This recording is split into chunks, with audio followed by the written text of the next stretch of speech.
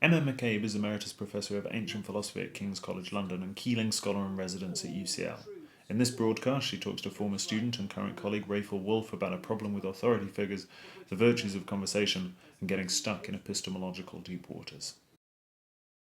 Very nice to be with you, MM. Yeah, it's lovely to see you, Raphael. I thought we might kick off in the right sort of chronological order by asking you what got you into philosophy, what made you see it as a subject that would interest you. So I'm not sure that I thought of it as a subject for a long, long time, but I thought about it. So the first thing I can remember is when, not the first thing ever I can remember, but the first philosophical engagement I had that I remember was when I was at school. I must have been about 5, and I was at a swimming lesson. Somebody told me to swim in a particular direction, and I swam in the wrong direction and nearly drowned, and they got very angry with me, and they said, well, why didn't you, if you didn't know which way to go, why didn't you ask? And I said, well, I did know. And they said, you didn't know because it turned out to be false, so you can't have known. And I said, but I was I was grasping for being able to say at the age of 5 or 6, whatever it was, I was certain that I was.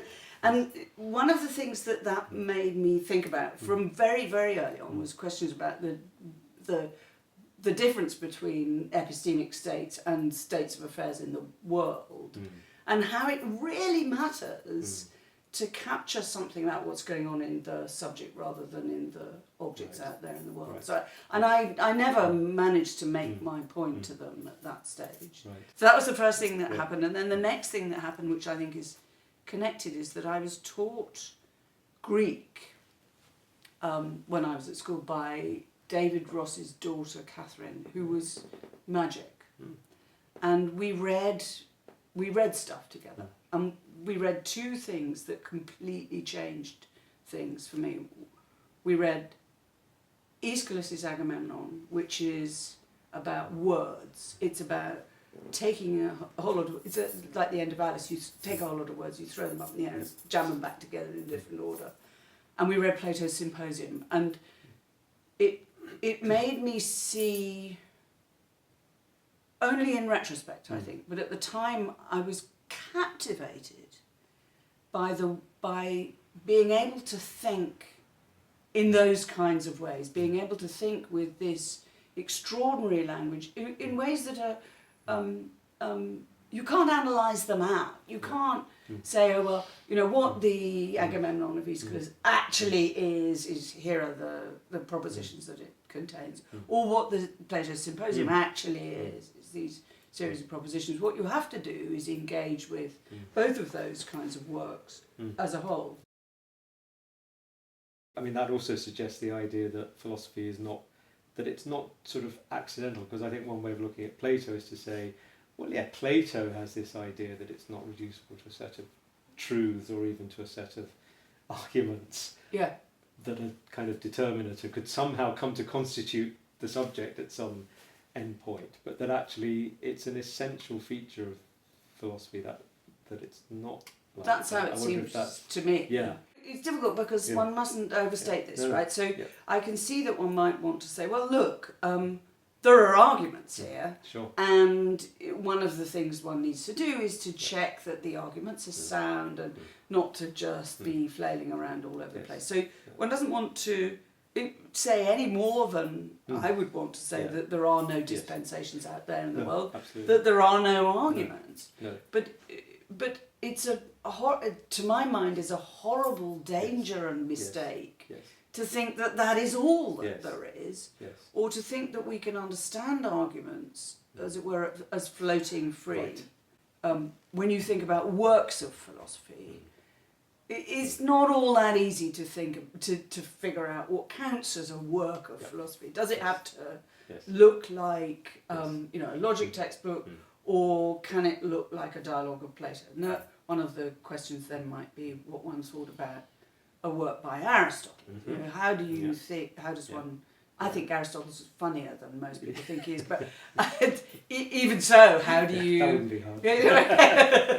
But even so, how do you line them up? You know, is it that Aristotle's really that philosophy bloke, and Plato was kind of waffling around and wambling in the in the sort of antecedents of Yes. that, and that I Yes. think is Yeah. wrong, insofar as Right. but it Yes. doesn't follow from that you know or no holds are barred, that there are no answers to anything, and that there are no there's nothing determinate to do it with. I think the other thing is the idea of anguished engagement.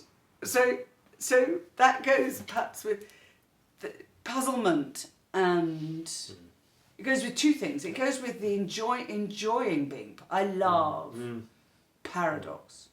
It's one of my favourite things. Yes. I think it's. But don't you think? Yes. I mean, I think if somebody says, "I am lying," I'm going, "What?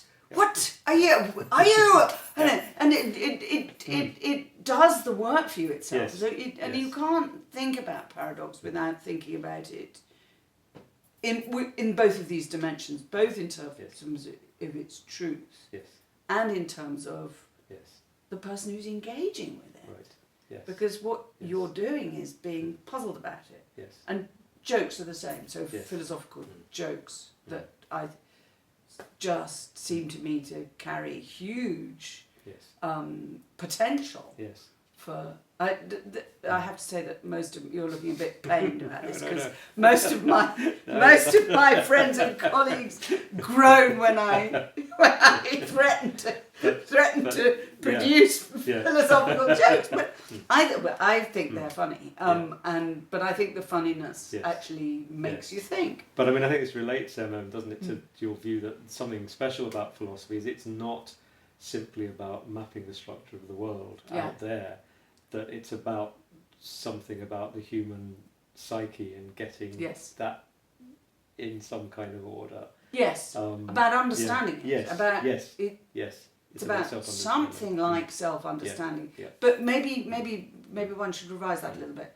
So self-understanding sounds a bit as if I'm going to sit here in my armchair, or if I had arms in my chair, and I'm going to sit there and I'm just going to think about me. Yeah.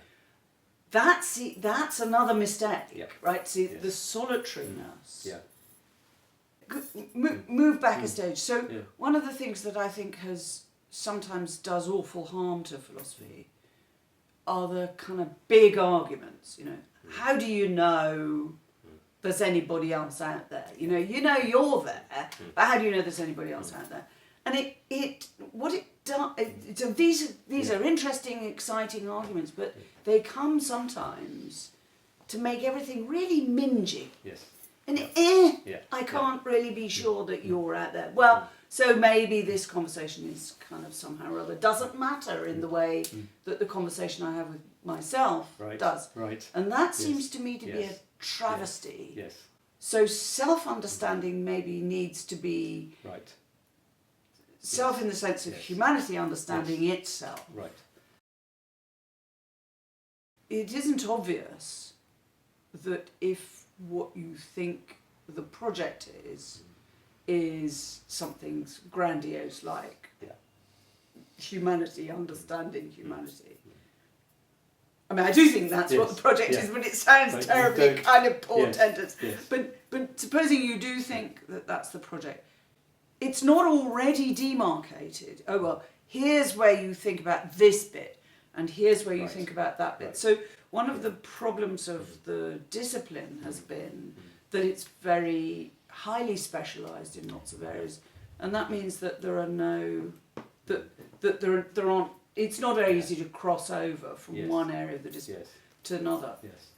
And do you think it's fair to say then that the idea of philosophy as a conversation is something that, if it was emphasised again as something that's somehow of intrinsic value to the subject? Because I mean, I suppose the old response to the complaint about fragmentation is, oh well, the discipline's grown so much that we can't talk to each other anymore. Now, if you thought that talking to each other, not talking to each other, wasn't just a sort of accidental consequence of a richer and deeper development of a subject, but was somehow intrinsic to the subject, then maybe that response gets negated, and one can perhaps. So I suppose the question is: do you think that conversation as a mark of philosophy is something that is perhaps missing a little bit in the way it's. I think it can be. Yeah. I think it can, and I think there are two things to be said about that. One of them is about the way we think about the subject. So let me just go back to what you said just now. So is it that in order to preserve this kind of thing, or in order to be able to talk to each other across sub-expertises, we have to be non-experts? Does that mean undervaluing some of the expertise? I think that's not right. So the difficulty then is to say yes. It's impossible to have read everything that is written in, contemporary epistemology and in ancient ethics. You can't sort of keep up with that just as a practical matter, let alone keep up with the ways in which often contemporary philosophy is connected with other kinds of disciplines. So philosophy of mind and psychology, for example, which is enormously fruitful and exciting. And you can't know all of that. But there has to be, so one has to be, it hadn't to be too grandiose about it. You don't stop there. And you need to, what needs to happen, I think, is, and this is where the institutional issue perhaps is more important, then we need to cultivate, as many people who I admire enormously do, the kinds of virtues of modesty and kind of openness, a kind of listening that some institutions do make happen and some don't. The danger for the kind of even-handed, open-minded kind of conversation is the authority figure. Somebody who kind of knows stuff and everybody else is kind of going, oh, yikes, I don't know. So I remember the first sort of 10 years of my academic career, I never said anything in public. I was too scared of having my head chopped off at the parapet. And somehow or other we've got, if this open-minded, modest exchange of conversation is the right one, we need to unthink our admiration of authority. Yes.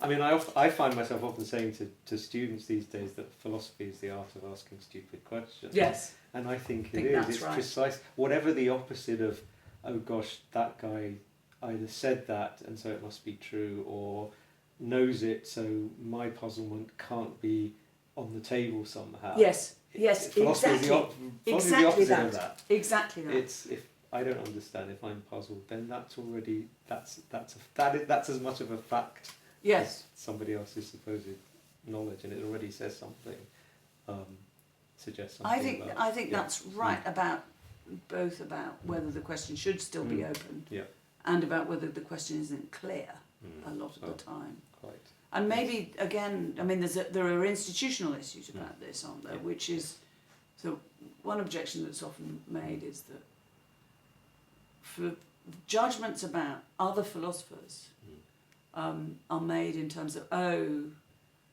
so and so is very smart or very clever. And I'm just, of course, yes, there are these terribly clever, smart people, but it turns out to be some horrible competition. And it's a competition whose rules those who lose it don't know in advance. No. And the rules are all perverted and perverse and or wonky. So how you fix it, I don't know. I mean, I remember in my early days in London, discovering somebody saying to me with utter openness, gosh, that's interesting, why don't you say this too, and it would be even more interesting. And my life was overturned by that, suddenly realising that you could be in a group of Yes. apparently really Yeah. terrifyingly brainy, clever, smart Yeah. people, Yes. and it was open like that. Mm. And I think so. It can be done, Yes. but it's Yeah. not always done, No. and it would be No. good if it were. Yes. And perhaps it can. I mean, perhaps one of the ways of thinking about the question is that it. I mean, maybe this is a Socratic paradigm, but actually, the way it can't be done is by reinforcing a certain kind of institutionalized view of the subject. You Yes. have to do it piecemeal, and this, of course, Yeah. is scary from an institutional absolutely. perspective. But you have to do it by individual conversations, by risking puzzlement, by thinking of it. puzzlement as something that is an energy booster, not something that's to be rapidly overcome and moved away from as fast as possible. Yes, the energy. I mean, that's what Yeah. it's for, Yes. and that makes it fun, Yes. doesn't it? Yes. Absolutely. And it makes And- you see something about others. Mm. So in our many years that we've known each other, we've sat from time to time with a piece of Greek that neither of us understood, and worried about it. Yeah. And you just, Yeah. that's wonderful. Yes. And it's not Yes. wonderful kind of by accident. No. It's wonderful in itself. Yes. It's not that we've learned. I mean, we might still not understand it. Yeah. So it's not that we've got an output or a conclusion. No. But it was sometimes, the great piece of a week Yes. was doing that. Yes. And Yes. scratching your head and saying, "Oh, crikey, Yes. I thought I understood that last Yes. week, and now I realise I don't understand it." Isn't that exciting? Mm. I think we are sunk Mm. if we let ourselves think that philosophy and science are analogous. Yeah. They're just different. Mm. It's Yes. really, really important Yes. that they're Yes. just Yes. different. Yes. One of the difficulties that the discipline has had, Mm. well, maybe one of the difficulties has been that it's not managed to get across the notion that Yes. not just having a philosophy, but doing philosophy has intrinsic value. Yes. You Yes. That hasn't Yep. been. Yes. We haven't made that case properly. Mm. And because we haven't made that case, it gets transmogrified into other things. Well, Yes. philosophy is worth doing because you'll be able to think critically. Well, you will, but that's not why it's worth doing. No. So maybe this brings us naturally, to perhaps the question of what you might say to somebody who was thinking of doing philosophy about why they might do philosophy. Well, it's again, it's difficult, Yeah. right? So Yeah. the temptation always is the quick answer, which says, well, there are jolly good reasons to be a philosopher. You'll get a good job. You'll be very well trained. Everybody will admire your critical skills. Yes. And I dare say that's true. It doesn't seem to me that it's the right reason. I think that's fair, because I think that if that's what you're looking for, then there are things that you would lose out of the heart of the discipline. Yes. But if one said that one thought that if you say to somebody, some student who comes to talk and who wants to say, look, why should I do this? You say, look, it's not the only way to think about understanding humanity, because there are all sorts of other ways of going about it, but it is one way of thinking unutterably deeply, over and over again, all your life long, about humanity and the nature of humanity and the way in which humanity functions one against the other. That's why it's worth doing in itself. Not